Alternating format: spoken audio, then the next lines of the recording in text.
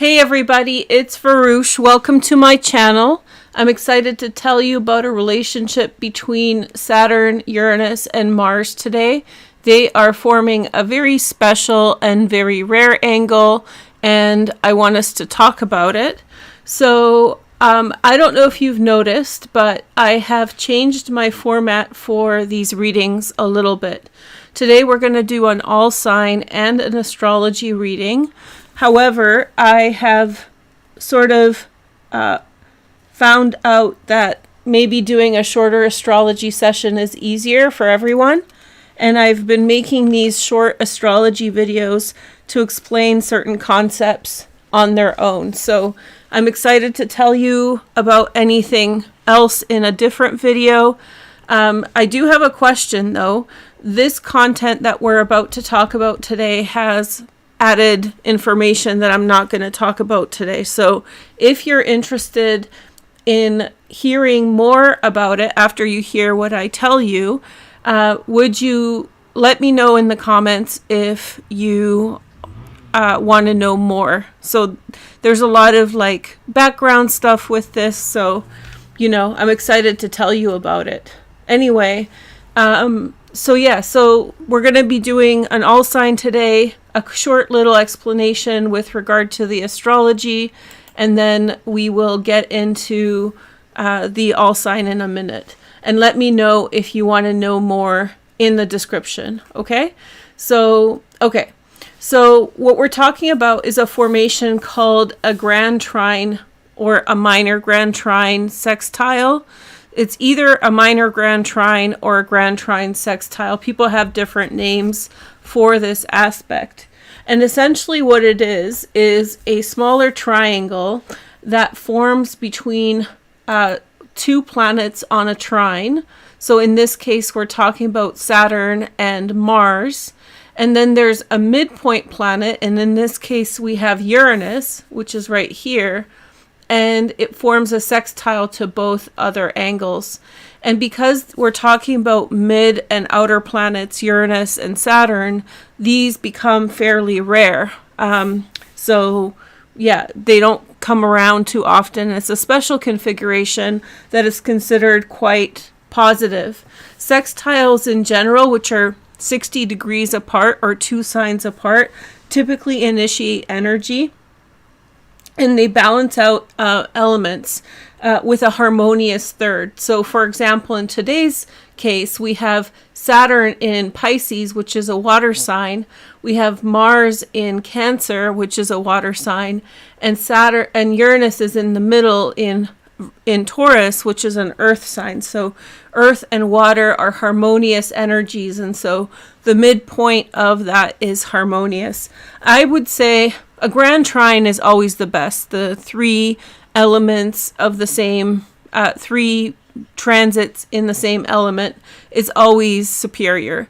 But this is a fairly good angle. It's really beautiful. And what it has above the grand trine is sustaining energy that keeps going and continues. What this has is these sextiles that actually initiate things and create breaking points. And that's what we're going to see today. So in this case, because we're talking about outer planets like Uranus and Saturn, they move in such a way that they keep up with each other. And so their relationship is slow, which means that in 100 years, in a century, this only happens 2 or 3 times. So it's very rare that it happened. It happened only 2 times in the 20th century, so in the 1900s.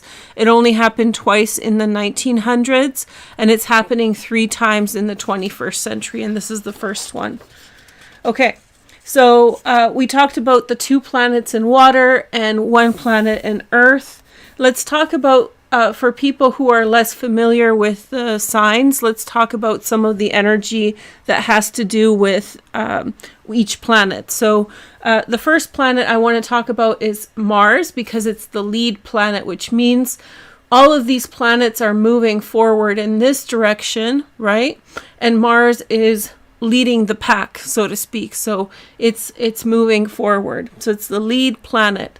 The thing about Mars in this configuration is that it's the personal planet, so it governs yourself, your personal experiences.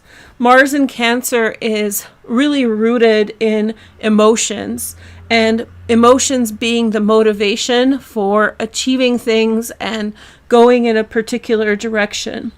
It tends to be very protective and sort of defensive, and that's why it's considered maybe, in the fall or in a negative state. So it can, when emotions rule our actions, there can be consequences that we don't want. So the mix of fiery Mars with watery cardinal Cancer can be quite explosive, people getting mad or frustrated. I really like Mars in Cancer. Overall, I find it very pleasant and one of the more calm Mars. So, take it with a grain of salt, and I'll tell you more about this later. It does have a tendency to be argumentative. Whenever our heart is in something, it can lead us to, react in ways that are more reactive as opposed to responsive. Next, we have Saturn. And so Saturn is in Pisces at 24 degrees. This is our mid-planet in this configuration, which means that it is the planet that has not a generational orbit. It's one that we see as a cycle in our life, but it has to do with our connection to other people in a more patterned sense. It is the planet of supposed karma, which is our relationship to the world around us. Some of the main energies of Saturn in Pisces have to do with fundamental changes of beliefs. So Pisces is the sign of belief structures, and so Saturn in this position can change your beliefs. So the 12th house or Pisces has a lot to do with institutions, okay? Whether it's the government or the church or anything like that. When Saturn is in Pisces, we go through transformations of institutions. And this isn't a mundane astrology session, but what's been going on in the US is really, I was thinking about that so much, about how Doge, whatever you want to call it, is right on time for Saturn in Pisces. So transforming of institutions, stripping them bare.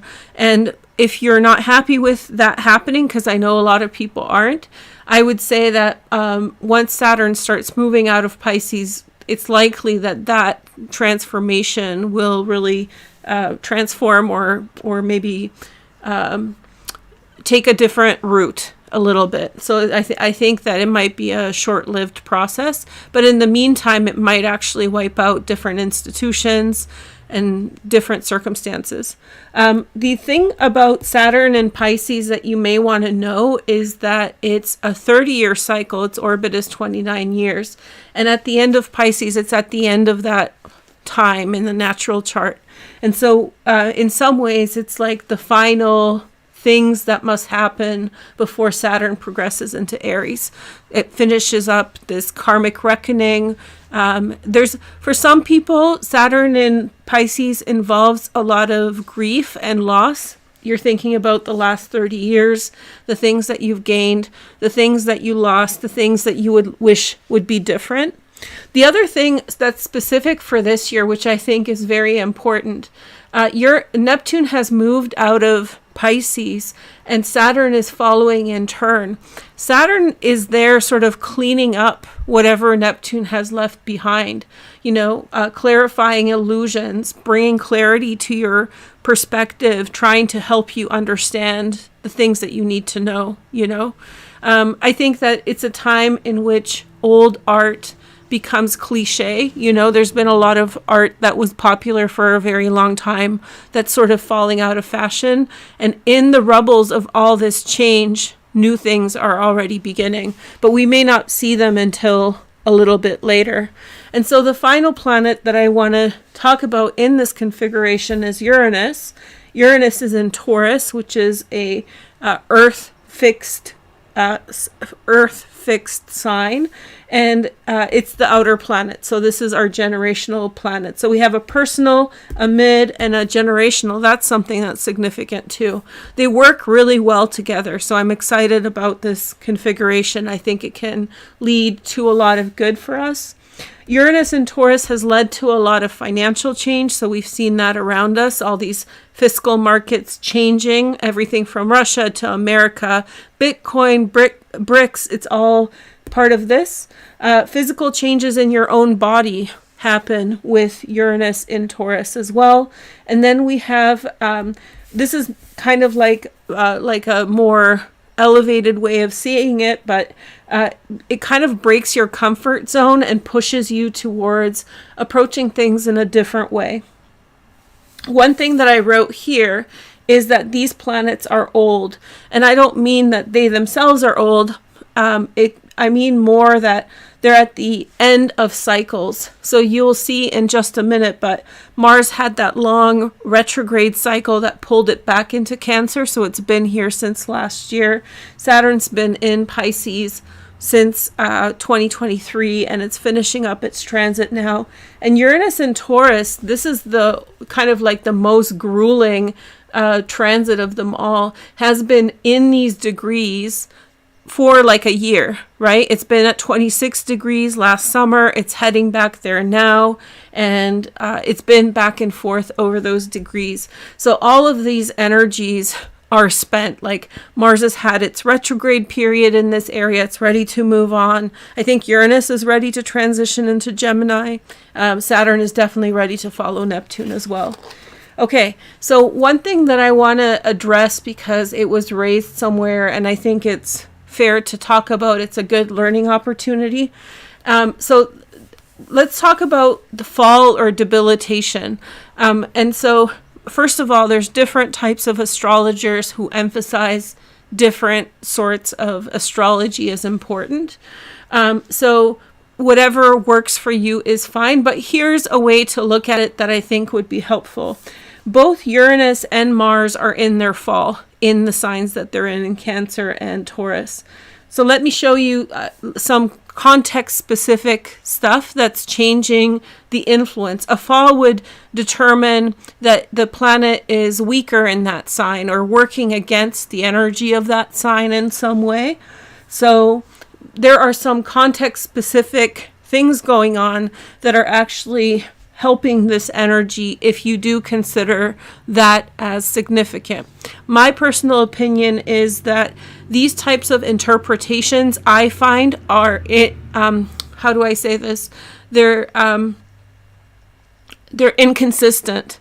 So there are certain observations in astrology that are applied in one situation but not in the next. And so, I'm fine with that. Whatever works. I'm into like astrology with intuition, but I think that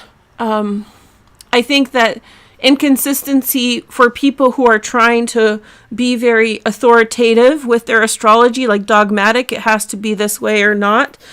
It's weird position to take, right? If you're being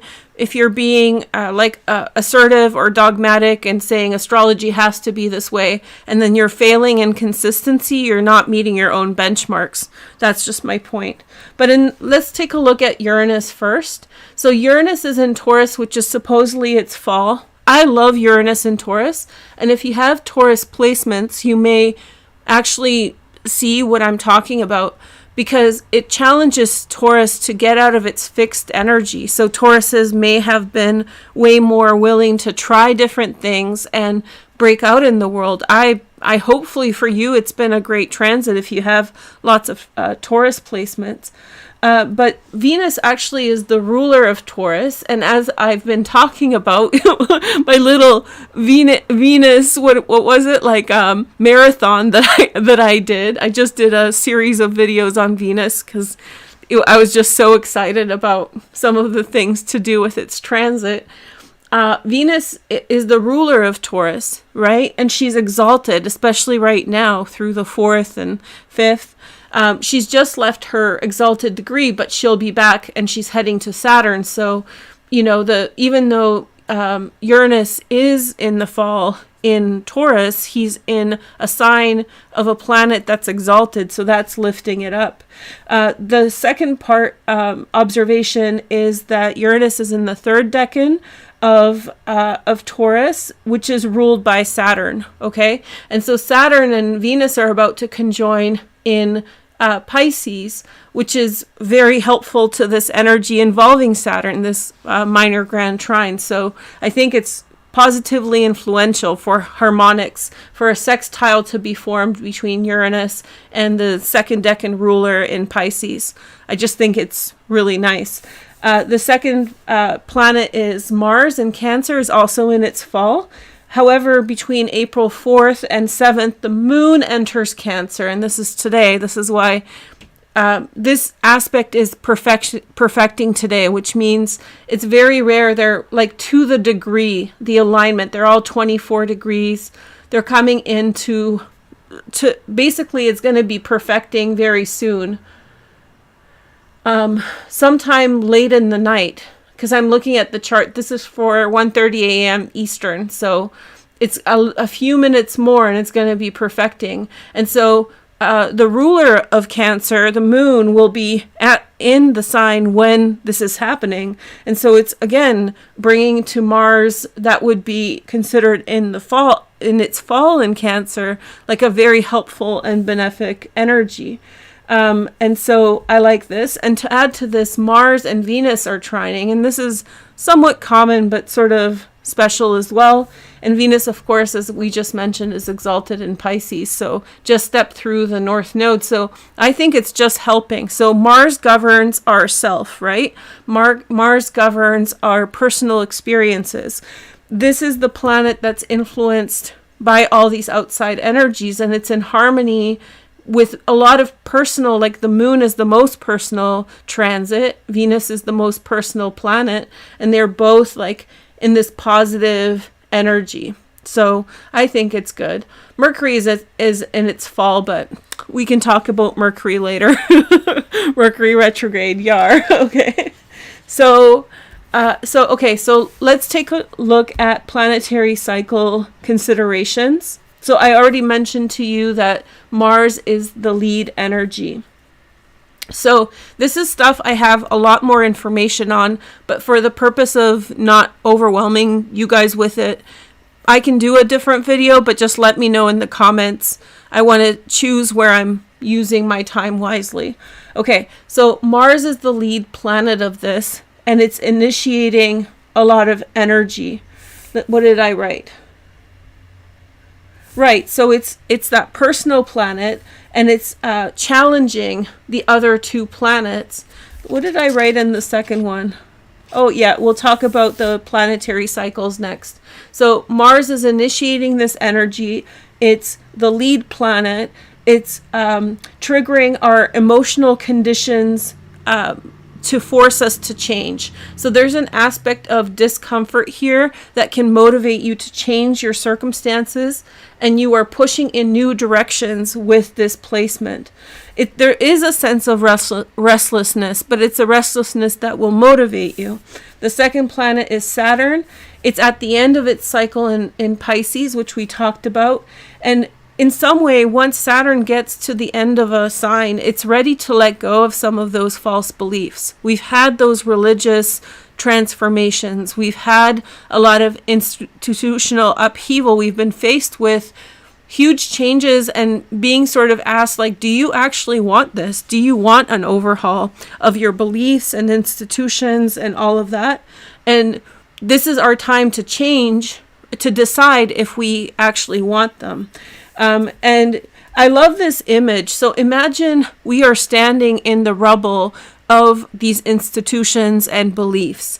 You know, I became much more rooted in agnosticism, atheism, or secularism. You know, I've come out sort of out of closet on that in the videos a lot more. I got much more confident through this transit in how I feel about religion in general.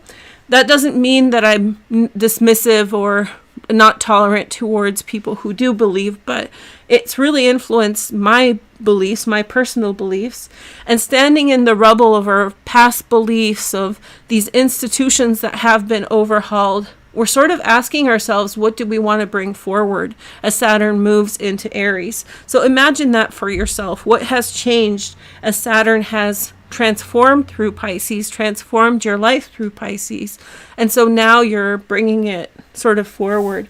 And the final planet, of course, is Mr. Uranus in Taurus. Material conditions have changed. We've talked about this quite a lot, but everything from deliveries of things have gone through complete overhaul.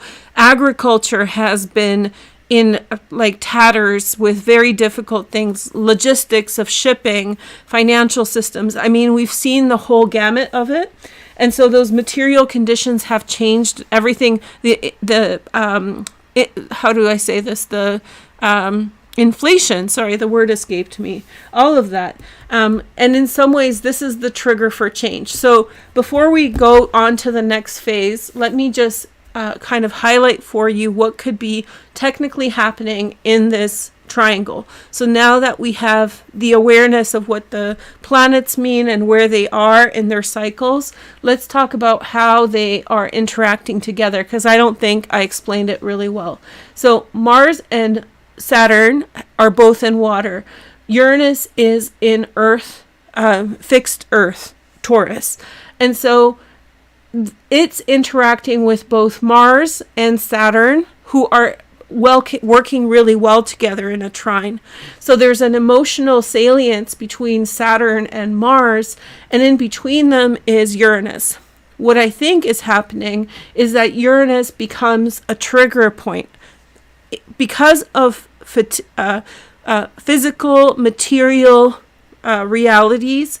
We are forced to change something, and the balance of power that is emotional, Mars in Cancer and Saturn in Pisces, is willing to go along with it. Saturn is at the end of its transit, and so it's also at the end of its planetary cycle with Uranus, although the next phase won't start until the 2030s. And in some ways, Saturn is ready to let go of old thoughts and old beliefs, right? And so it's ready to say, I'm ready to let things go a little bit. And so you have some freedom to change, or change directions, or change how things are going. On the other hand, Mars and Uranus, I think Mars and Uranus are like two peas in the pod. They work really well together. They can be destructive because there's not much, it's a very reactive energy, but it can really push through walls. So Mars and Saturn are working well together to change things for you in new directions, and Uranus is throwing something unexpected in, maybe material opportunities or a new way of using all of these changes that we've been going through in order to redirect our energy in where we want to go. The vision for this that I have, or like the visual that you can think of, is an animal chained to the fence and finally breaks free for some reason, and off it goes. And maybe the old man that chained the old man Saturn that chained the animal up can chase it down, but chooses not to. Oh, let him go. Let him have fun. He'll come back for food later. So it's not necessarily destructive, but there's like a element here of everything working together for positive change. So we have one more little part to talk about, and then we can carry on. So let's talk about these planetary cycles, because they play into what's going on and how the timeline of everything. It shows you how old and the direction of the flow of everything that's going on. So, okay, so Saturn and Mars is the fastest one, of course, because they're the planets that are closest to us. Those are the planets that are on a trine. The last time they were together was April 10th, 2024, so 1 year ago. And the next time they'll be back together is April 2026, so next year. They're in the midpoint of their transit, but because Saturn was retrograde, it's still an opening trine. Okay, so we're still in the first trine and not the halfway point. Mars is going to speed up a lot now and cover a lot of ground until next year. So it's going to just go for it. But because it's an opening trine in this energy between Saturn and Mars, what we're looking at is breaking down structures that are not working for us. So this is the thing you want to remember for this grand trine. The next energy is Uranus and Mars, which is this sextile here between Taurus and Cancer. And the last time they were together was July of last year. And the next time they'll be together is July of next year. They were together on the 26th degree of Taurus, which is the Algol degree, right? The fixed star Medusa. So whatever's been going on in the world that's been super destructive, it might finish up by about July 2026. Oh, it's still a while. But this is a sextile. This is the opening sextile. And so whatever energy, it can be destructive in mundane astrology, like I talked about, and especially involving Medusa, but it can also be a beginning of material opportunities, especially if you are open towards looking at things a different way. So we're standing in the rubble, Saturn and Pisces. We got to find new things. Uranus has been serving up newness to us, and we can find our place in all those material conditions that are new. And so Mars here is encouraging of that. So you have passion towards something, it's time to seize the day. The last planetary cycle that involves this triad or trifecta is Saturn and Uranus. The last time Saturn and Uranus were together was June 26, 1988. And the next time they will be together is 2032. So if you've been listening to this astrology, you know that the timeline from now until 2032, 2033 is pretty significant. So very soon we are going to enter a series of experiences that are going to be all tied together into one trajectory. So we're going to get on a train basically to 2032, and we're not going to have too many opportunities to get off, for better or worse. And in 2032, there's going to be some kind of series of events that allow us to manage the situation more. And so this aligns with those other astrological aspects that are landing right on 2032, 2033. We were just talking about Venus, remember? The last time Venus and the Sun are going to form a cazimi in Aries at 0 degrees Aries, that's where Neptune is 2033. So it's all happening in that year. But here we're looking at an opening sextile. And so, opening sextile between... the closing sextile. Closing sextile between Saturn and Uranus. This means that you're tidying up old structures. In other words, when we're looking at things, how they've changed and how things have transformed, Saturn is now ready to let go of some of those old ways of doing things, and Uranus has already provided alternatives. Right? So this sextile, this closing sextile is the last phase. Sorry if I confused you guys. This last phase that in some way, as Saturn approaches Uranus over the next, 8 years, it's going to finish up that letting go process and filter in those new opportunities. And that's why this minor grand trine sextile is super important, because here you have an opening sextile. I'll go over it a bit just in case. I don't know if I confused you or not, but let's go over it just in case I said the wrong thing. We have the opening sextile with Mars, initiating energy forward. You are going to be responsible for that energy until July 2026. We have the opening trine from Saturn, again, kind of anti-establishment, going your own way. Again, you'll be responsible for that energy until April, but you still want to initiate, you still want to move forward. And then this closing trine, closing sextile between Saturn and Uranus, finishing up a larger cycle that goes back to 1988. That's a reference to letting go of the old world, old ways of doing things, entry of computers, all of those things. So that integration is arriving. The next conjunction happens in 2032. And I'm not sure what sign it's going to be. The reason it's going to be so long between now and then is the velocity of these planets. Saturn's going to take a long time to catch up to Uranus in this phase. I do have a couple dates for you to keep in mind. So on April 25th, I wrote down the wrong day, but on April 25th, Venus, Saturn, and the North Node are going to be very close together. In fact, they're close together now, and they're going to continue to be right until the full moon. And that's important because if you've watched my Venus videos, I explained how synchronistic this is to 2022 and some key energies. Essentially, there's no other time that the North Node was with Venus when she was emerging as the morning star than 778 and 2025 in human history. And the one this year is the most tight emergence. It's the most tight orb. They're the closest to the 27th degree, which is special for Venus. And so this aspect is in aspect to Mars as it approaches Cancer. And it's the concentration that really boosts the interaction with Uranus and Mars.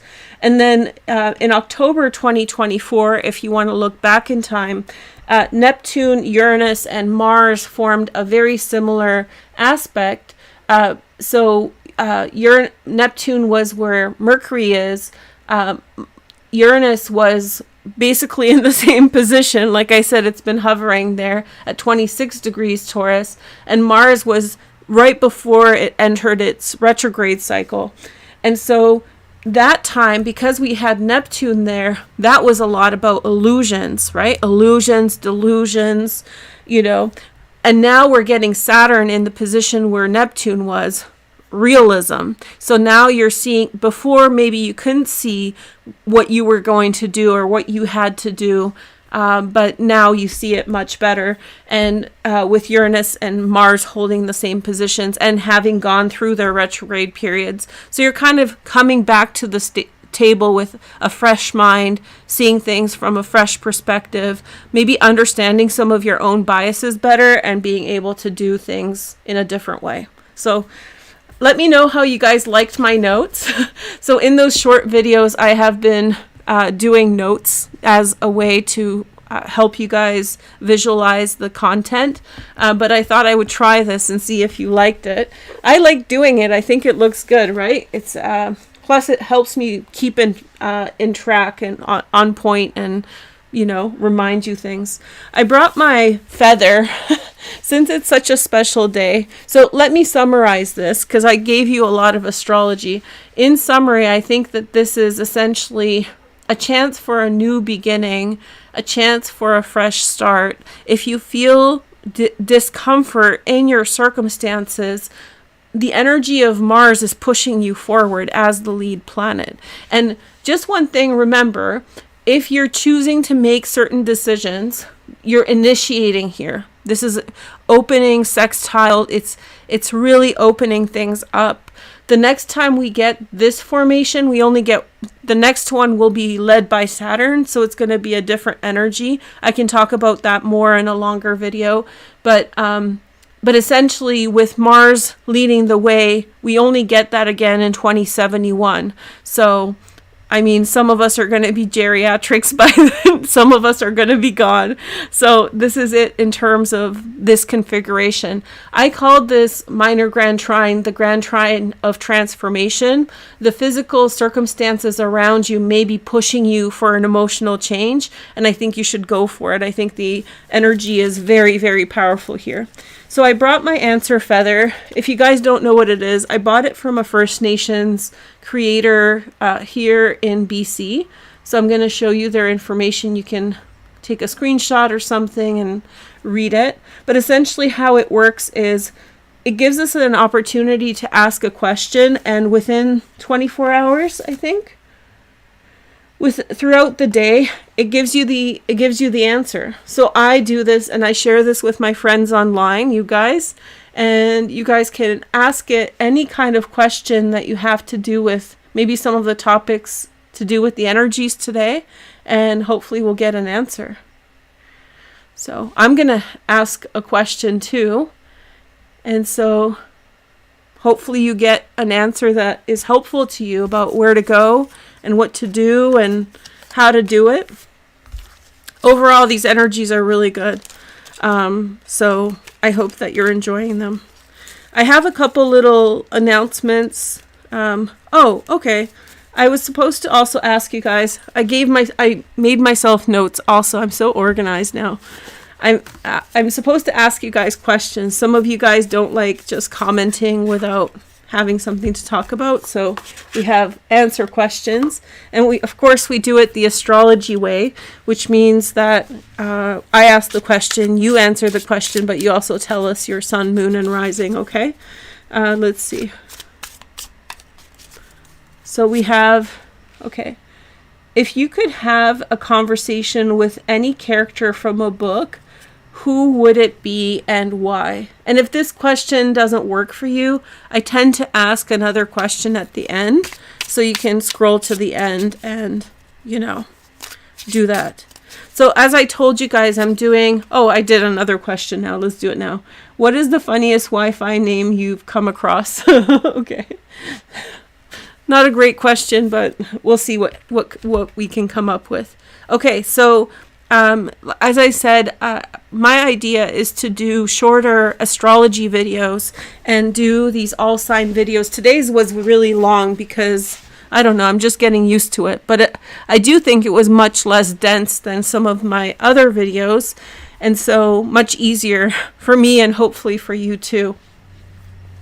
So what I would like to do is do dedicated content for astrology, which means shorter videos that you guys can watch, with more details and more information on the screen, explaining things to you.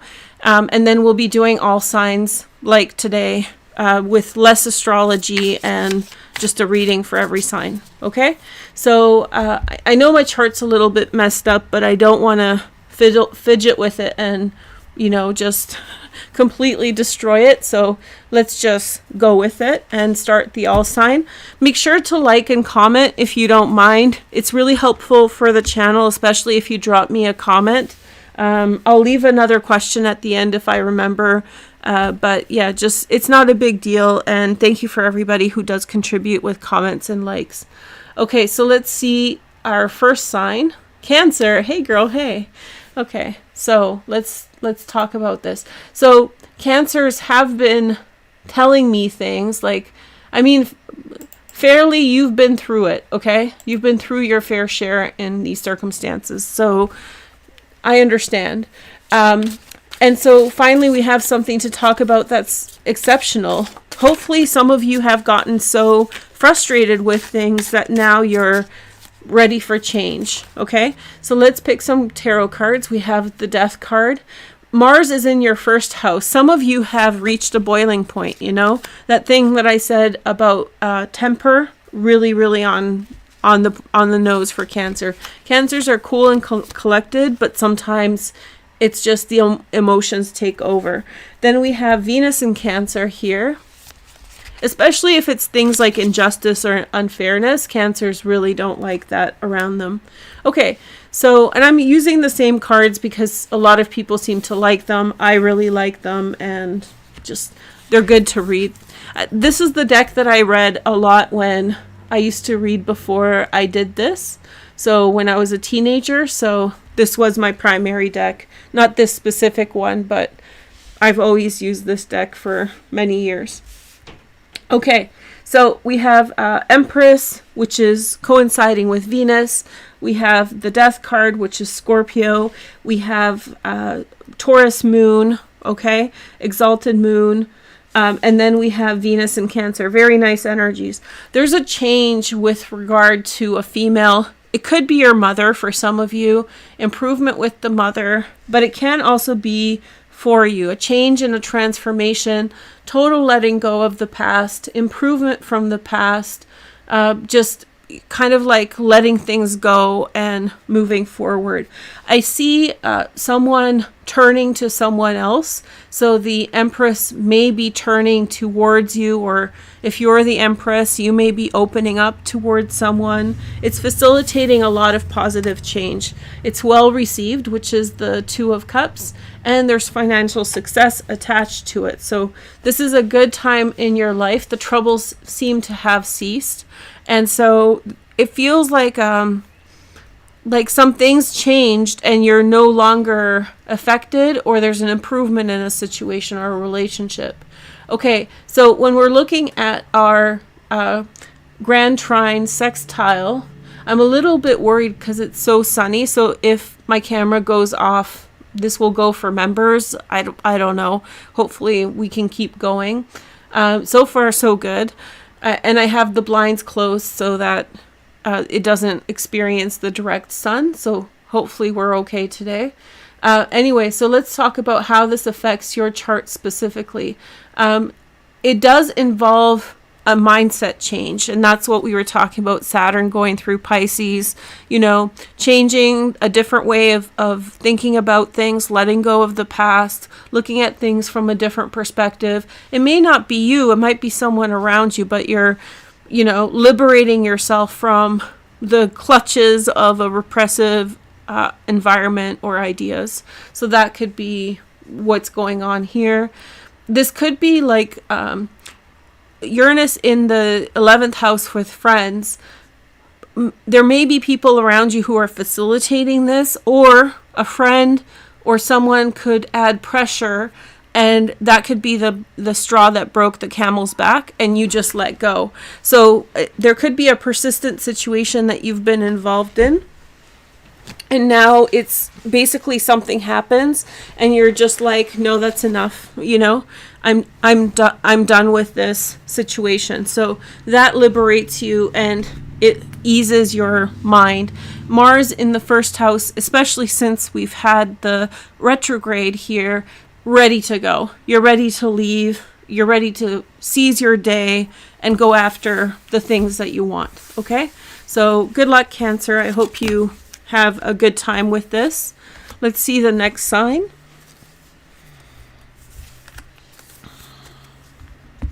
Okay, so we have Capricorn next. Let's see what's going on for your sign. Sun, Moon, and Rising Capricorn. I really like this energy, guys. So your sextile, minor Grand Trine sextile, finishes up in the 7th house. So Mars, being the lead planet of this, is telling me that something involving relationships is really important. Some of you might break a relationship up. Oh, there comes the Tower. Yeah, there could be a fight with someone, especially only if it's been rocky, only if it's meant to go, right? Then you have the 4 of Cups, which is Moon in Cancer. The exalted moon that we talked about, also in the 7th house.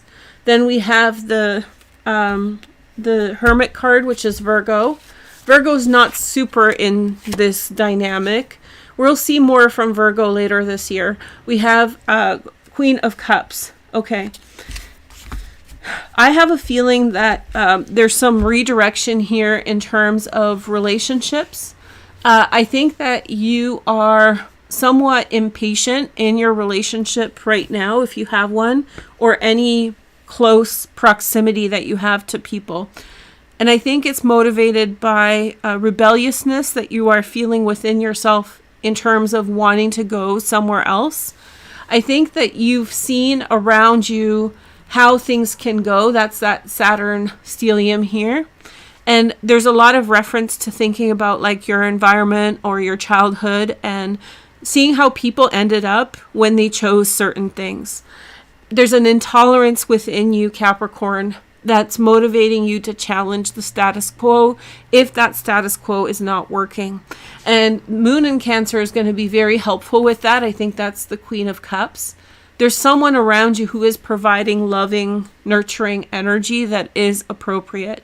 So you literally could be switching your attention from one person to another, but it's only under the conditions that it was really not okay. This card is so scary. This version of this card, it's like, whew, these cards are intense. I think they're probably one of the most beautiful decks of cards that have been ever painted. Does everyone agree? I don't know. It is gorgeous. Some people have reservations towards it, but I think it's beautiful. And then we have the Hermit card. And this is what I think, like, in some way kind of turning your back. You're being offered less than you deserve, but then there's more coming for you anyway. So it might be from someone else. For it to get to this level, the Tower moment, I would say that there's not much negotiations afterwards, and it seems like the negotiations or the offers that you're receiving after the Tower moment are not enough. They're passive, you know? It's almost like to make things nice. You know how when people break up, they sometimes like hang out 1 or 2 times after? I don't like that, you know? Like, I don't like that. Like, we're still friends. It's like, oh, it just, that's what it reminds me of. That there's this kind of performative, sort of like making it nice, saying the nice thing to make it okay. But it's just a way to like assert that you're not a bad person or they're not a bad person. And it's not really about anything meaningful except to just clarify that everything's okay. Maybe that's meaningful if you're trying to do that. Sorry, I'm fidgeting around. I'm fixing my pillows. Okay. So, but I do think that there's, whatever this is with this Cancer here, there is a very loving energy around you. And I wonder what this is, but it just seems very good. Okay. So keep an eye out for whoever that is. They should be showing up. Okay, so next sign. Let's see. So we have Sagittarius next, Sun, Moon, and Rising. Let's take a look at your chart. Sagittarius. Oh, I wanted to say something. When I posted my astrology videos, a few of you said, oh, your reading is nice, your writing is nice. No, that's me talking with editing. I just noticed how I was talking. Listen, I do this live. Most people don't do this live. Most people, you know, they film, they edit, and all of that stuff. What you're looking at is me talking live. So when I get an opportunity to edit things out, it does sound like I read a lot. I always have. And maybe that's why it sounds like I'm reading, because when I write, I'm also a writer. So when I write, I talk to myself as I write. So like correction and all these different things. So if you're hearing, it sounds like my writing because I'm talking, but it's as if I'm writing. Anyway, it was just some funny comments. I like them, but yeah, very, very nice. I'm glad you like it. I took it as a big compliment. I was like, oh, why, thank you. But yeah, so I'm just talking in those videos with a little bit of editing to edit out my quirks and all these things. But this is live. This is filmed, as you guys know who are watching. Hi, everyone. Okay, so we have Sagittarius next. We have Knight of Cups. We have 8 of Wands, 5 of Wands, sorry. And then we have the 5 of Pentacles. Where's your... And then we have the 8 of Cups. That's Saturn in Pisces. What I think, because we can't argue that this is like... These cards are what they are. The 5 of Wands, the 5 of Pentacles, 8 of Cups. What I think is happening is someone has very deep feelings for you, Sag, but they're hitting a wall of doubt. Major wall. It feels as though they don't feel like they can make it. They feel in some way inadequate. Look at Mars is in the 8th house. Yeah.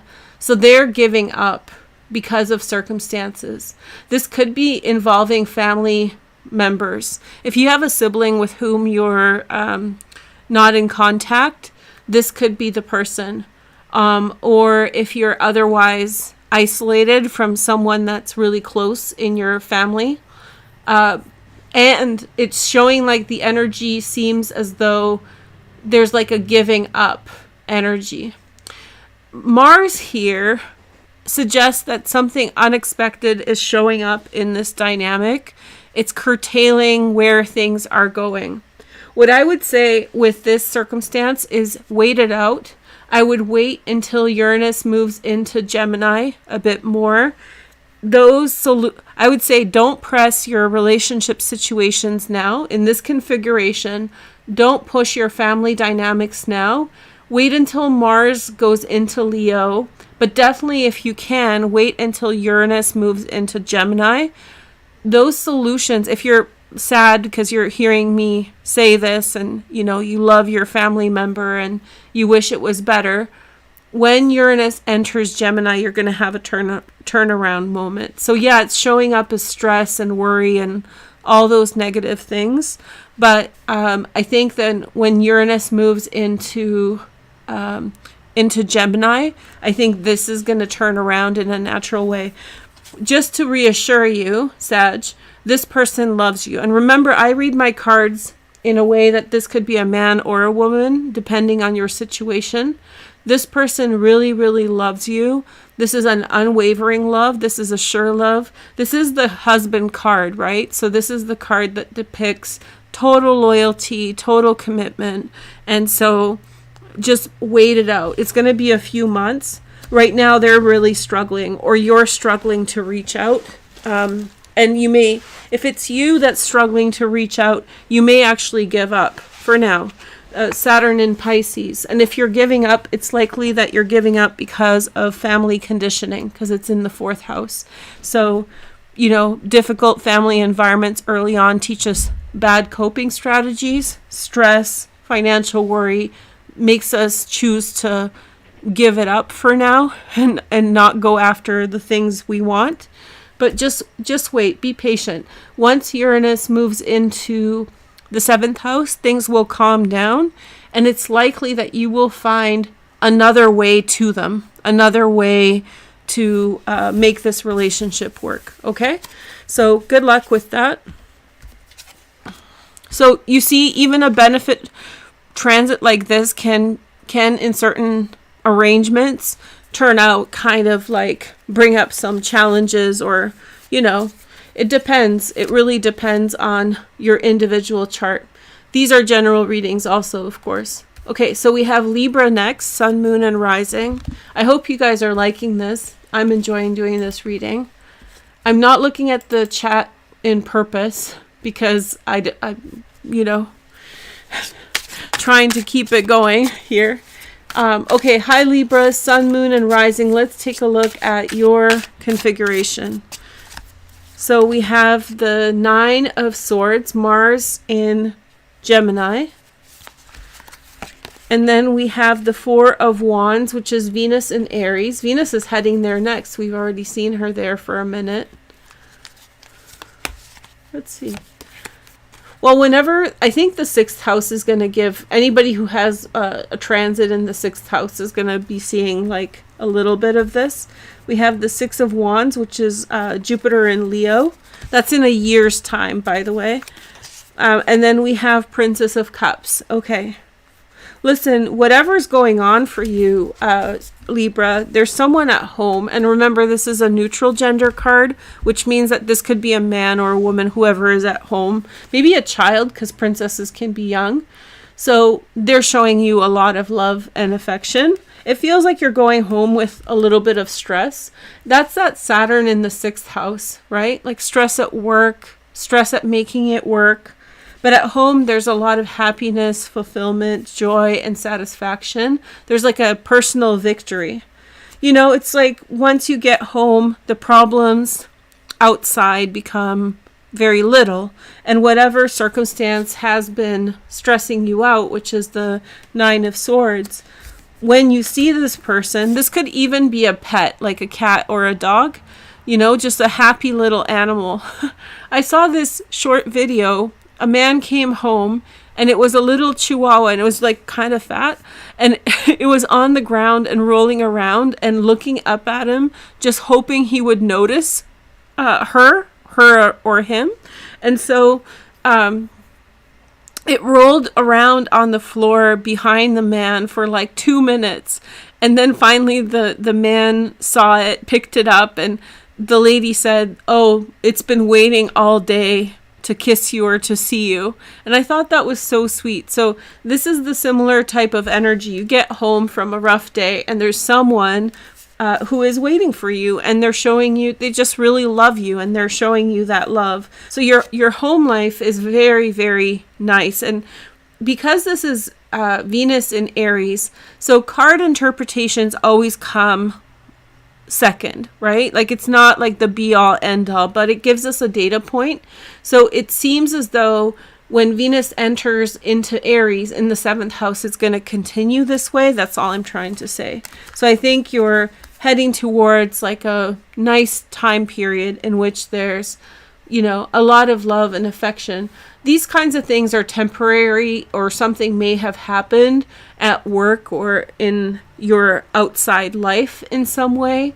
And so it's just, it is what it is. A flat tire, you get into conflict with someone at work, you know, there's a misunderstanding with a friend. Those kinds of things happen, but it seems as though wherever you're going is really positive, or wherever you're at, like at home is positive. And also you have, of course, Aries season is nice for Libra. We get a full moon in Libra in a couple days, but the sun is in your 7th house of partnerships. Neptune has moved into your 7th house. So very, very nice energy here. Like, very happy to come home. It's, you know, the only thing about, I'll do a video on Neptune in Aries, of course I will. But one thing about Neptune in the 7th house is you can get lost in this kind of, you know, being comfortable at home with your significant other or your dog or your cat. It's so comfortable at home, you don't have to go out, you know. So just word to the wise, keep that in mind, that if you're under some stress at work or wherever else, you know, it's nice, but just don't get carried away. That's all I'm saying. So Neptune and Aries will be nice for you in the 7th house, but just remember, you know, don't disassociate, don't lose yourself, you know, in your home. Mars is the lead planet of this. Maybe you're challenging things at work at this time. So maybe you're challenging the status quo, you're pushing the envelope, you're pushing the boundaries of things, you're trying to make it happen. Listen, the next couple days, what day are we on here? We're on Friday, so it's the weekend. Use the weekend to really get emotionally ready and unpack anything that's happened, you know, at work, at your work or your week, however it's been. Use the time to get ready and think forward. The relationship between Mars and Saturn for you has a lot to do with work, and you should bring your A game to this energy. It gives you the opportunity to just push towards the things you want.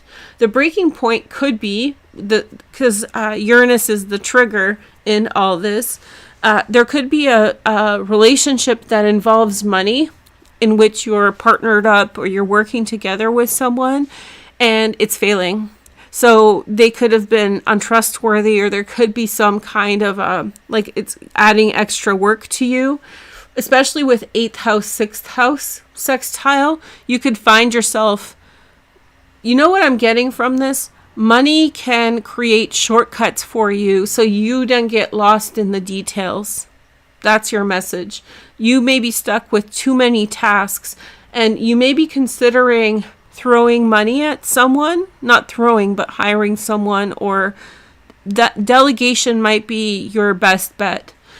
Especially right now, you should be reaching for things with Mars in the 10th house and Uranus, and change things up. I am getting like the download that maybe exhaustion from too many things going on. And I think that maybe you've been contemplating using your money, and I think it might be a good investment to take some of the pressure of the tasks off of your shoulders. Okay? Best luck and best wishes. Have a good day. Okay, so let's see the next sign.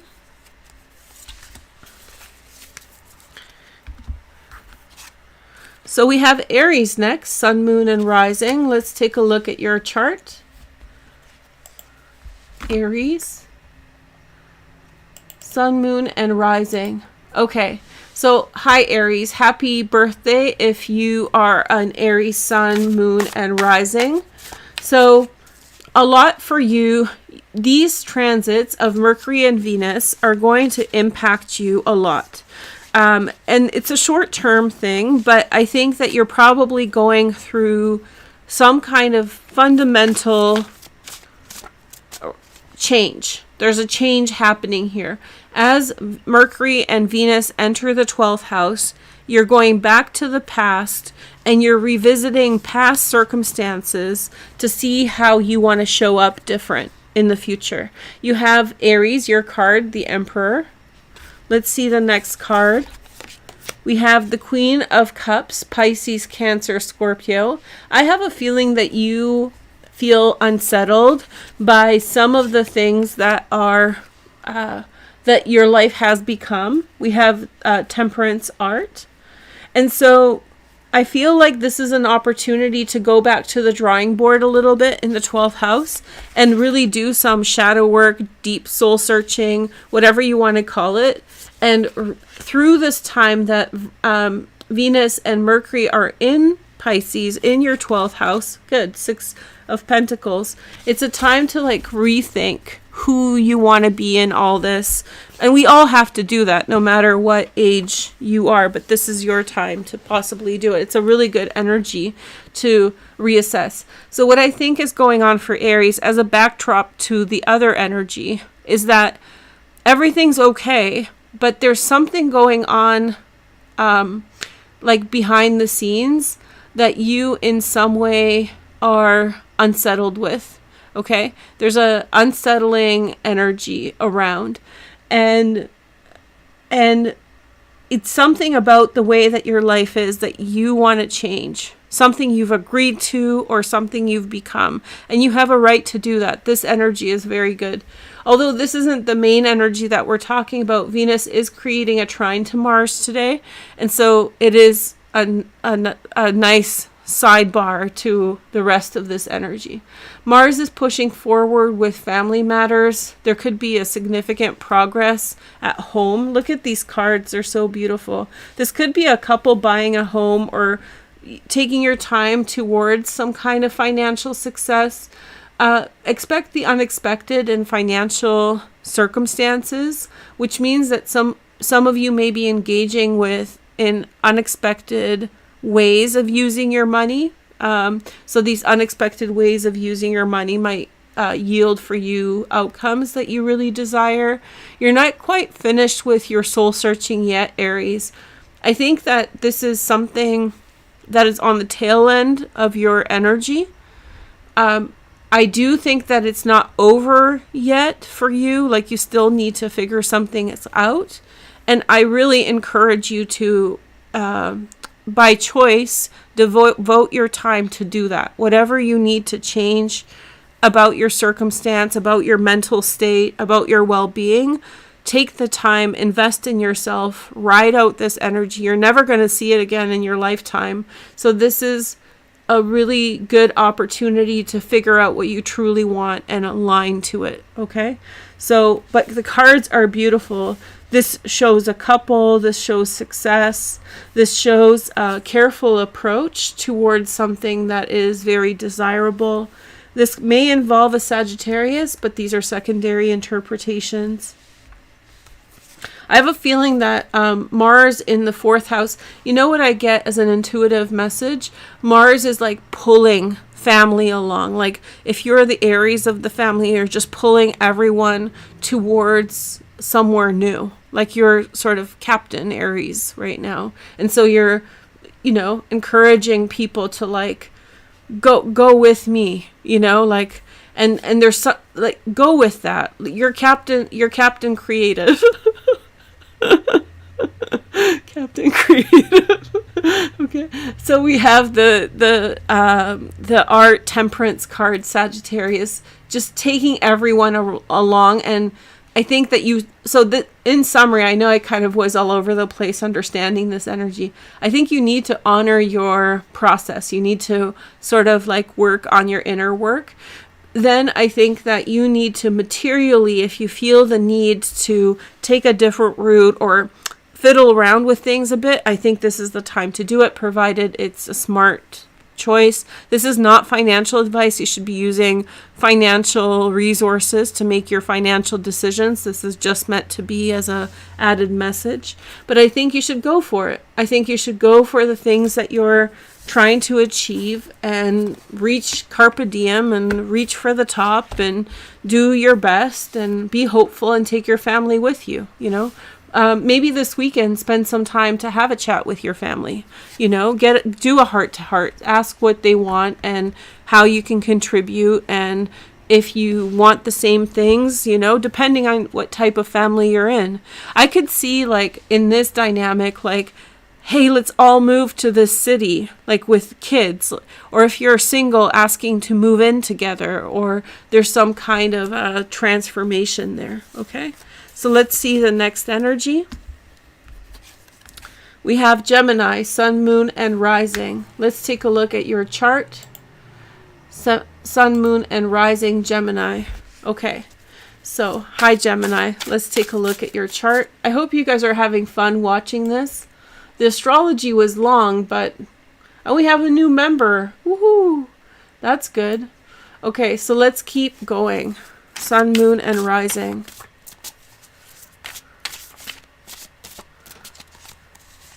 So we have the Five of Pentacles first.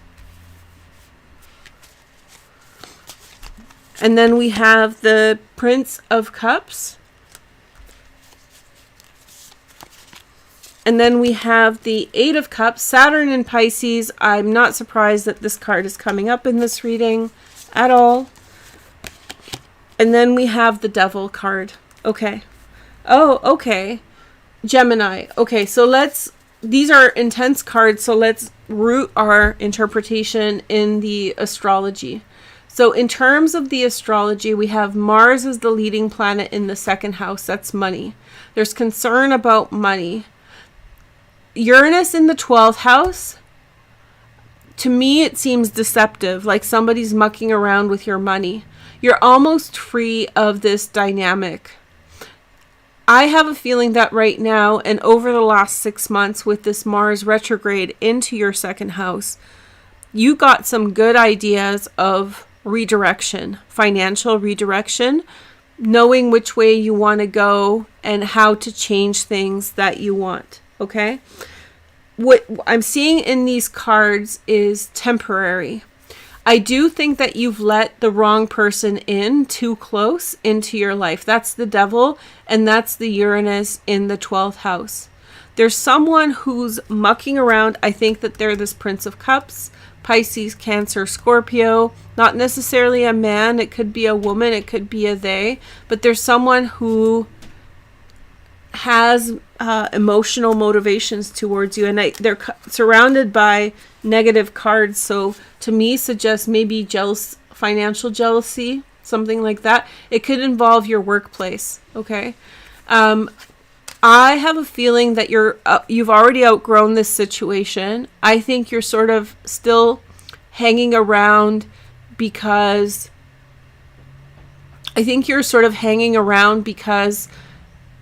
it is like the astrology is such that you're just there.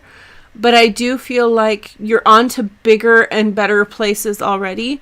And here's the kicker. I'm not one to believe like, oh, you know, be happy that it happened if it's something bad. Like if you were hurt by somebody else's like malice or bad behavior, you shouldn't be happy about that. However, in this situation, you did pull out of it certain emotional awareness that is going to skyrocket your success moving forward. I think you should wait. Again, with Saturn, get it out of your 10th house, move it forward in the 11th house, clean up your 11th house, and then you can move forward with things in a better way. I think that I don't, if you know what I'm talking about, I don't think you should negotiate. I don't think there's sympathy. I think there's malintent. I think that there's like bad intentions. I think there's financial jealousy, physical jealousy in this situation. You're surrounded by bad faith, in my opinion. So you're on to bigger and better things. And I think that you've already outgrown the dynamics that surround you. But I think that you need to be a little bit patient for the environment to change so you can go forward. I think when you do go forward, it's going to be supercharged, like really fast, supercharged, and this is not going to hold you back. I think right now in your face, it's like the devil's laughing in your face. So what you can do is some kind of personal care to ride this out so you can, when you get, out of the environment in which you're in, you can move forward and go a different direction.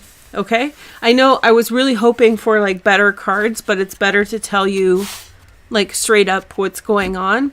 The one thing that I'll tell you about this that I think is very beneficial, this Mars, I think that whatever you're thinking about financially and the direction you want to go, it's really good. I think that where you want to grow to and the things that are kind of going on in your mind as possibilities, I think they're very exciting. So look out for that. And yeah, I think you should very much be like hopeful or optimistic. Okay, so let's see the next message. We have Pisces next, Sun, Moon, and Rising. Let's take a look at your chart, Pisces. Pisces, Sun, Moon, and Rising. Okay, this is irritating me so much. I'm like, I need to fix it, but I can't because I know it's going to be worse if I try. Let's pick some cards for Pisces, Sun, Moon, and Rising. Oh, you have well, I'm not going to say yet. I think it's good. Okay, let's see what's going on. You have the Seven of Pentacles. You have the Six of Swords. Moving on. You have the Three of Swords. Okay. Pisces. Oh, you got two cards. I'll take them both. One's good, one's bad. So you have the Five of Cups, Mars in Scorpio, and then you have the Three of Cups, which is Mercury in Cancer. Okay. Listen, I think that you're dealing in a situation in which there are false things that are being said. What is being said, and you may be the person saying this, in some way, how do I say this? It just seems like the things that are being said are not necessarily in alignment with the positivity that's coming your way. You're moving on and there's much more abundant energy that's ahead of you. And I feel like you should not be listening to other people. Oh, we have Lilith in the ninth house. So you should not be listening to other people's input at this time. I do feel as though look forward, don't look back. I feel like there is people's motivations are being held back by fears. So you're dealing with other people being insecure. And so that is leading to behaviors that may look like Three of Pentacles, Three of Swords, or Five of Cups. So they look not that's not yours to take. That's whoever is doing that. This may involve leaving. So one of the things that came to mind when I saw the cards, I saw you going after your future, after your abundance. Look, abundance. Going after your abundance and having to say goodbye to certain people of the past and just trying to make it a clean break or cleanly walk away in a healthy way. But either somebody's feeling left behind or somebody's really hurt that happened.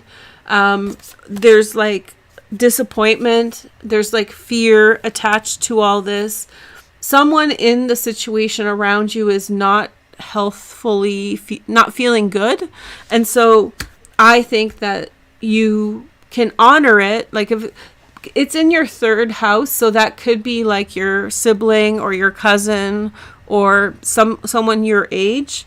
That doesn't mean you need to be cold towards it, but you can embrace like your future with a lot of hope. Okay, go in, and I see that slowing you down a bit, Pisces. This kind of having to talk around a lot of deep emotional issues, and you know, having sympathy is one thing, but letting it pollute your being is another. And so this is really about moving on and being hopeful. The Three of Cups is an improvement in relationships, and Mars is the lead planet in this minor grand trine in the 5th house. So it's opening up new doors, going back to something that you enjoy, pursuing an interest that you liked a lot. Several people had this message in different ways, depending on, you know, where their chart is. There was this message that came up again is just wait and see. Just wait and see a little bit. Wait and see and carry on. For now, just focus on the light and focus on the positive, and don't slow down in moving on. Like, move on, go have fun, enjoy yourself, and make those connections. Those more sad aspects of what's going on or having to say goodbye to something, that's going to work itself out in a few months. Okay, so let's see the next card. We have, we went through this so fast. I've been reading. Am I reading too fast for you guys? Let me know in the comments.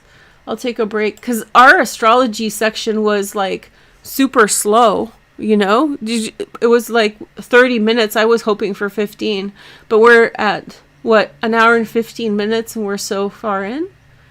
Is it good? Hi, everyone. Make sure to like and comment. Here, I'll do the second question now so you guys can be entertained.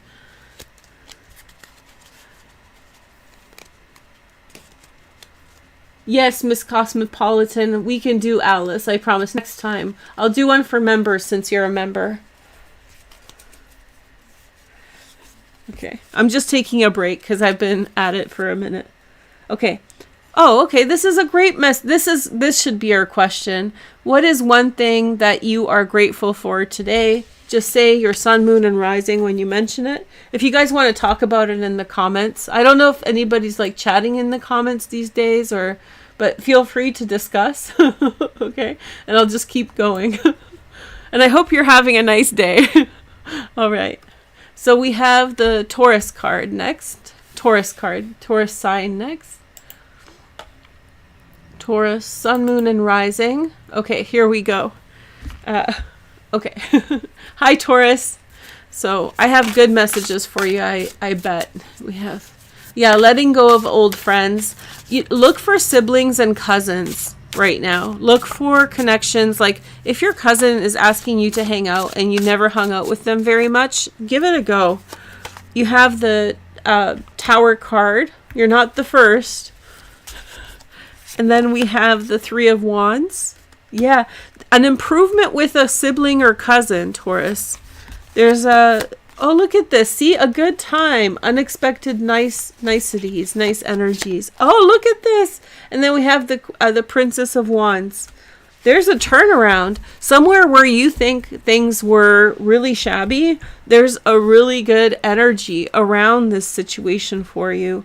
This is Sun in Aries, which we are in right now. It's almost Taurus season.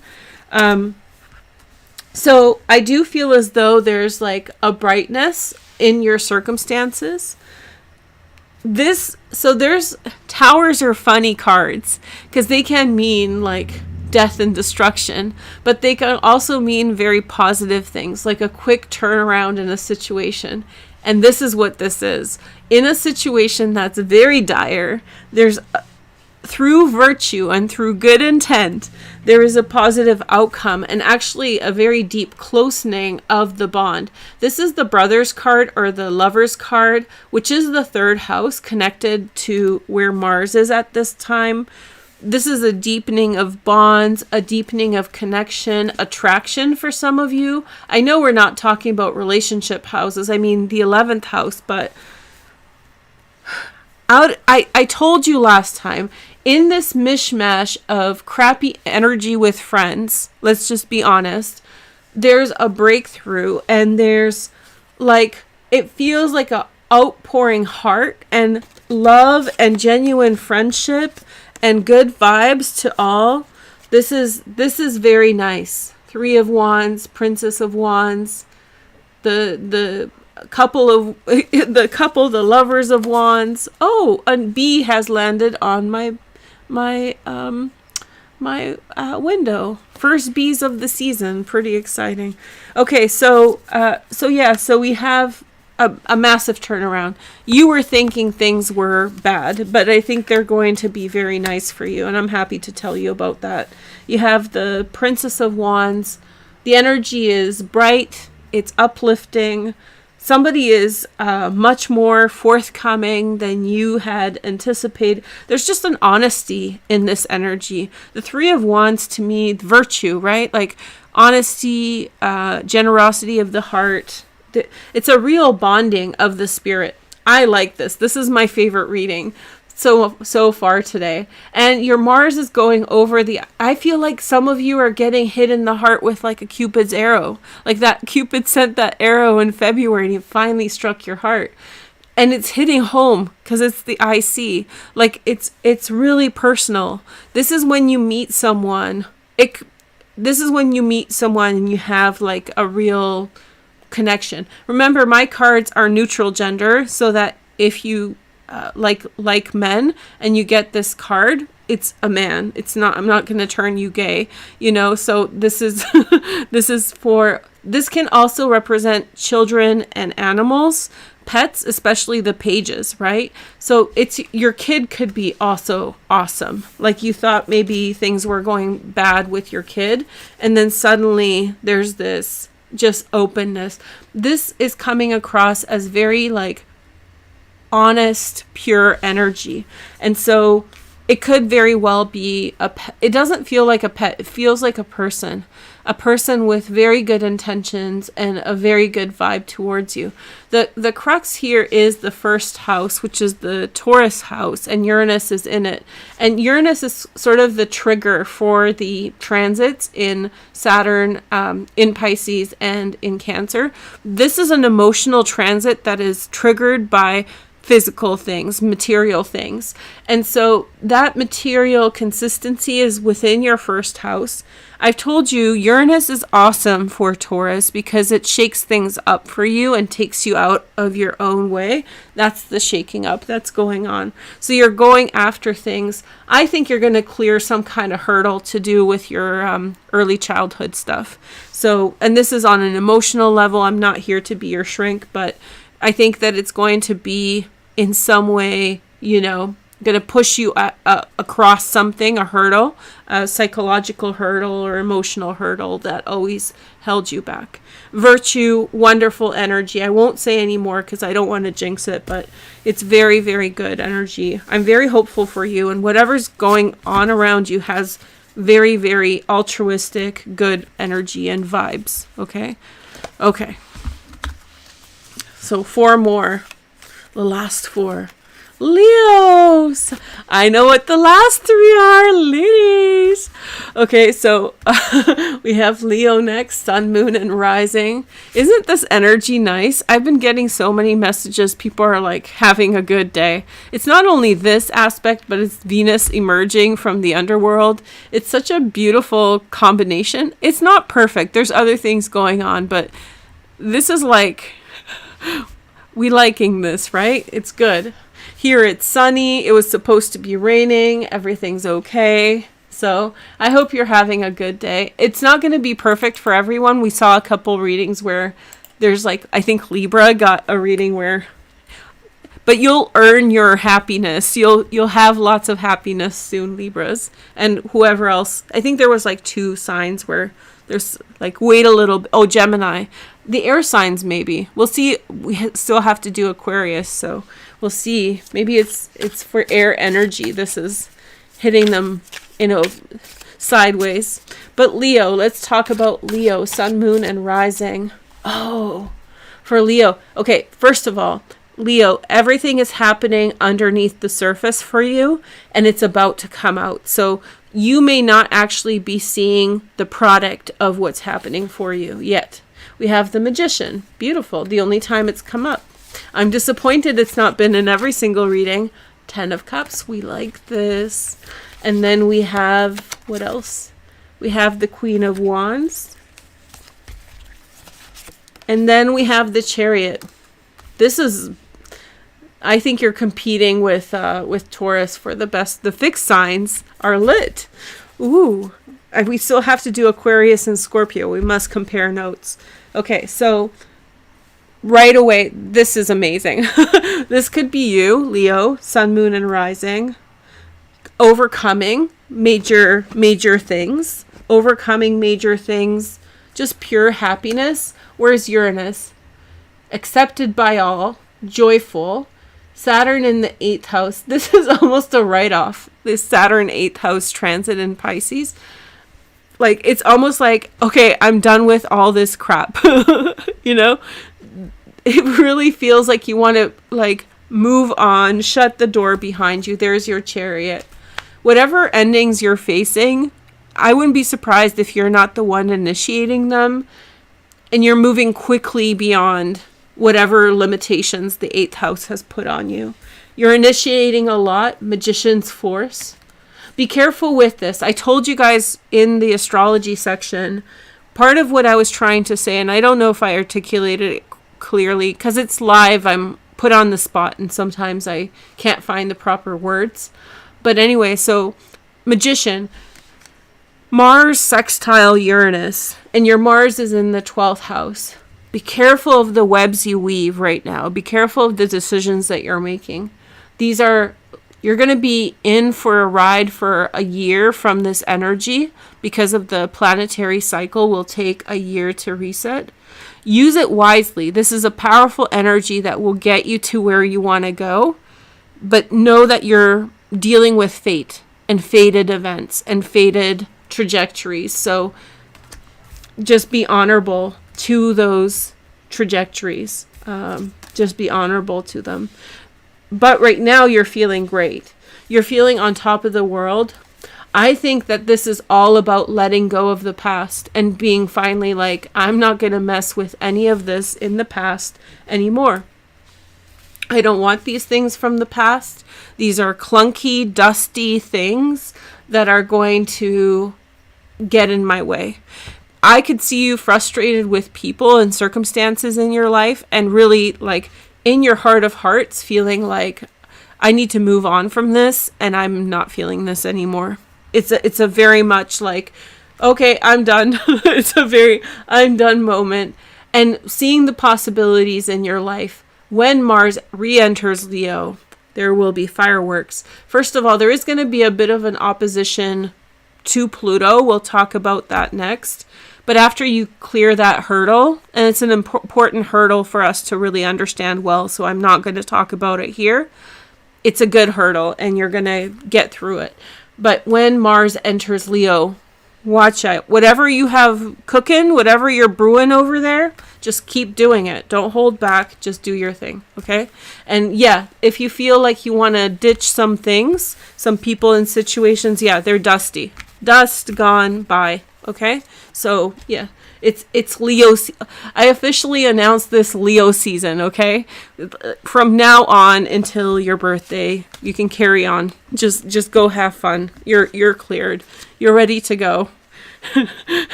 It's gonna be annoying for everybody else, but you're gonna love it. Okay, so just live it up, Leo. Have a good one. Okay, when Mars enters the first house, you're still brewing. You're still cooking until Mars enters the first house, but still already feeling on top of the world, I hope. Here is the next sign. We have Scorpio next, sun, moon, and rising. That was a good reading for Leo. Scorpio, sun, moon, and rising. Let's take a look at the cards.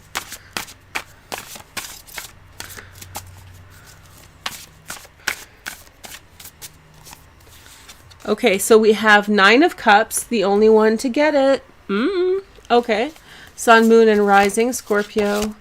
And then we have the 8 of Wands.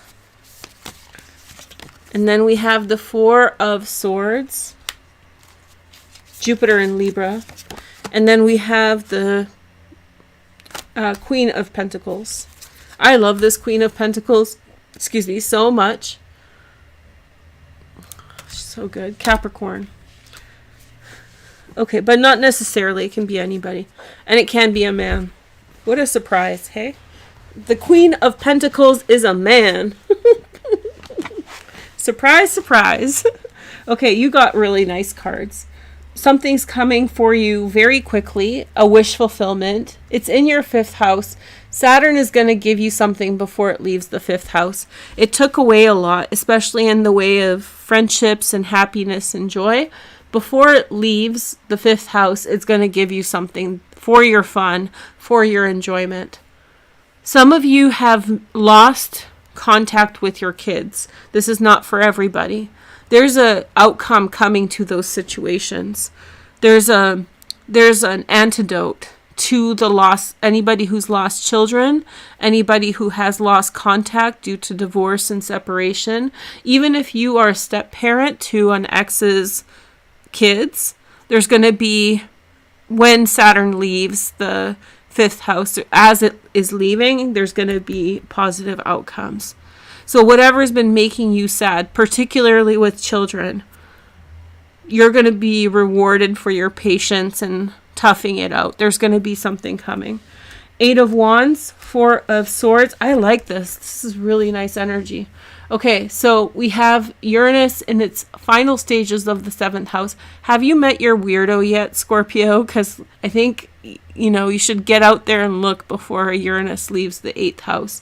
I hope you met a lot of weird people, and I hope that you had a really good time with those weird people and weird connections. Mars is leading the charge here, and it's going to re-enter your 10th house, your career house. Go after it. This could be like good feedback at work. Like if you've been interviewing for a job, it might have been a really long process, like 6 months or so, where you've been looking for a job or trying success and a positive outcome to circumstances for you.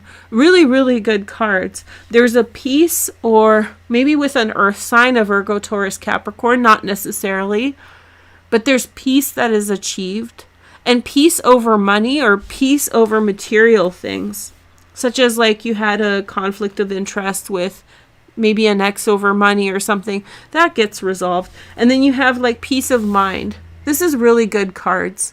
The main thing is that I think that for some of you, of course not everybody has children in their life, but for those of you who have lost kids or through many ways. The first thing that I got as a download was the actual loss of a child, but it kind of started coming in as other things as well, like separation and divorce. In all those difficult circumstances, I know there's nothing that will make up for that loss. That's unfixable, but there's something coming in to ease the troubled mind or the troubled heart. And in circumstances where there's separation or divorce, or like I said, even if you're like a step parent, I think there's a positive turnaround, or there's something coming for you before Saturn leaves this. I think Venus retrograding deeper past the North Node right now until the 12th of April is really helping you. I think that people are rethinking things, recalibrating and rethinking through relationships. So positive things are coming in. For the rest of you, it's all steam ahead. Mars is at the top of your chart. You're sort of like the leader here. Under this aspect, if you have Scorpio placements, you're not a very passive Scorpio right now. You're very like lit, you have a mission and you're on it. Congratulations. The moon is with Mars in your 9th house. Enjoy this weekend.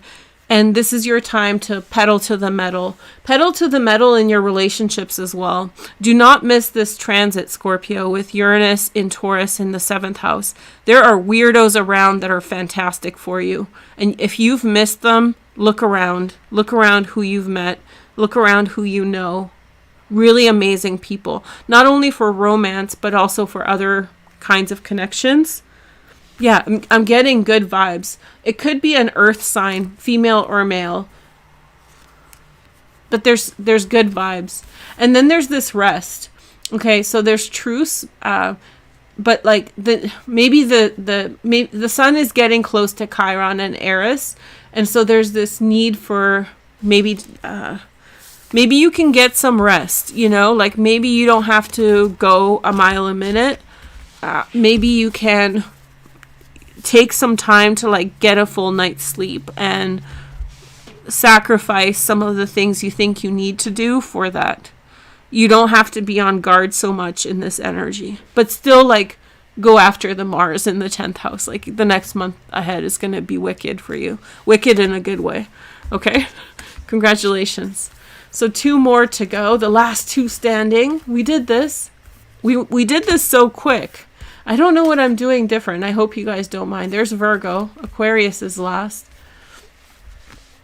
Okay. So Virgo, Sun, Moon, and Rising. I'm going to take a look at your cards first, and then we'll integrate it with the astrology. Was it a good reading? Did you guys have fun? Let's see. I think this is a good energy. I hope you guys have a good Friday. TGIF, everyone. We have the Leo card. And then we have the 5 of Cups. And then we have the 4 of Wands. Virgo. There's something that you want that you can't have, but you're going to get it, which is the Chariot. Okay. There's something you're not going to get, Virgo. Okay. There's something that you want. It might involve a relationship, and I don't think you're going to get it. And I think you know that, so I don't think I'm not being like an evil messenger here. I'm telling you what you already know. But I do feel like you're getting something else that's very good and very fulfilling. So I think this is what it looks like to me. You want something out there in the world. It's not really working out right now. It may involve a relationship. I think maybe you're trying to make a relationship work at a time when it's just not working. So give yourself some time and some grace. Depending on how much you're pushing. If you're pushing a lot, then I think it's going to be more harmful or hurtful.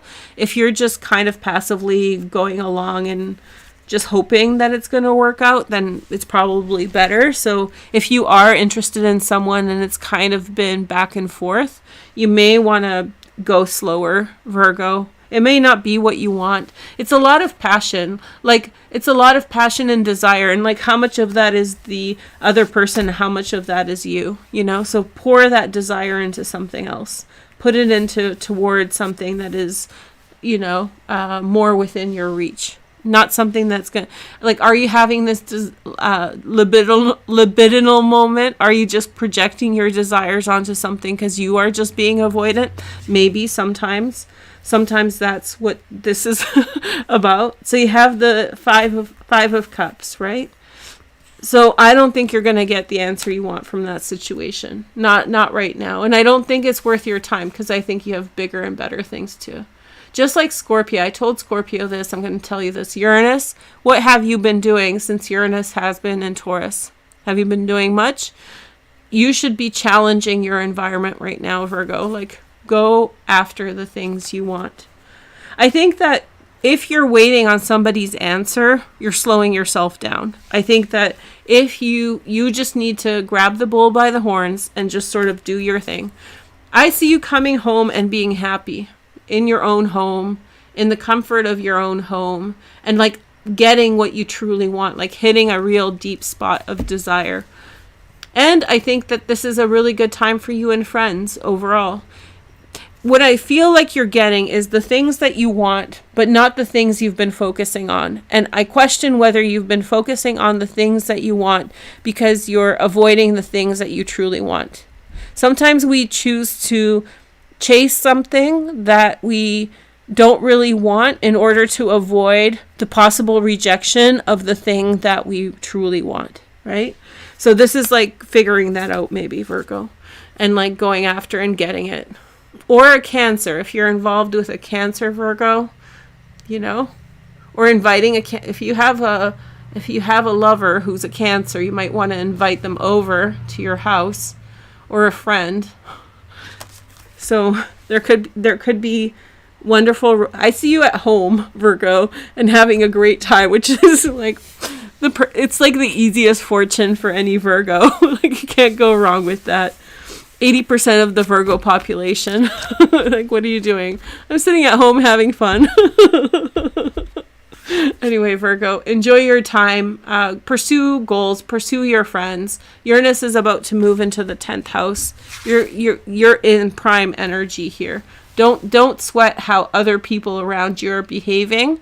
There's a deep thing going on for you in terms of your relationships, but you can't control what's the external. You can't control their behaviors and their interpretations. So you just have to be patient. Things will turn around and they will work out, but they have to figure it out. They have to figure it out, not you. Last but not least is Aquarius. Hi, Aquarius. Let's take a look at your sign. Aquarius. That was kind of brutal for Virgo. I'm sorry, guys. Okay, Sun, Moon, and Rising. I'm seeing that it's possible to get these readings out super quickly. It's an hour and 40 minutes. And I did a 40-minute talk on astrology. I don't even understand how that's possible. Maybe better organization for Veroosh. And I took the pressure off myself to talk about a billion different pieces to do with the transit, right? Is that better? Let me know. I want to know what you think of the astrology. Do you want to know more, or is that enough? Because I felt like we talked about a lot of things. I don't know if it was too basic. Let me know. Let me know in the comments. Okay. Aquarius, Sun, Moon, and Rising.